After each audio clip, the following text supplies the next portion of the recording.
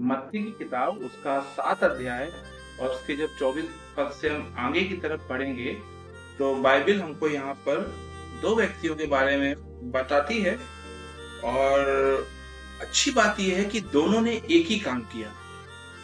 जब हम उन आयतों को पढ़ेंगे, तो उनमें हमें पता चलेगा वो दोनों व्यक्ति ही एक-एक काम को कर रहे थे, लेकिन करने के बाद में एक कोई जीवन में हम देखते हैं कि उसने अपना घर चट्टान पर बनाया था, दूसरा हम देखते हैं उसने अपना घर रेत पर बनाया था, लेकिन काम उन्होंने सेम किया।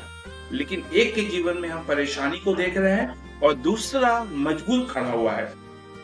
कई बार हमारी कलीसिया में भी ऐसा होता है कि बहुत सारे लोग आते हैं, बहुत सारे विश्वासी आएंगे और कई विश्वासियों के जीवन मजबूत खड़े होंगे। वहीं पे कई लोग अपनी समस्याओं को लेकर के आते हैं कि मेरे जीवन में ये परेशानी हो रही है, वो परेशानी हो रही है, ऐसी विपदा आ रही है और वैसी विपदा आ रही है, और उन सब का कारण जब हम उसका 24 आयत पढ़ेंगे, इसमें लिखा हुआ है कि जो प्रभु का वचन मानता और उसकी सुनता है।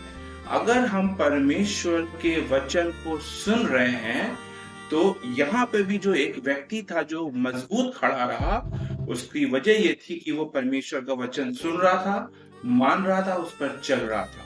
कई बार हमारा कलीसिया आना केवल कलीसिया तक सीमित रह जाता है, वचन सुनना केवल कलीसिया तक सीमित रह जाता है। उसके बाद में अगर अगले हफ्ते या 1 महीने बाद आप पूछेंगे कि हमने पिछले हफ्ते क्या प्रचार किया, उनको याद नहीं होगा।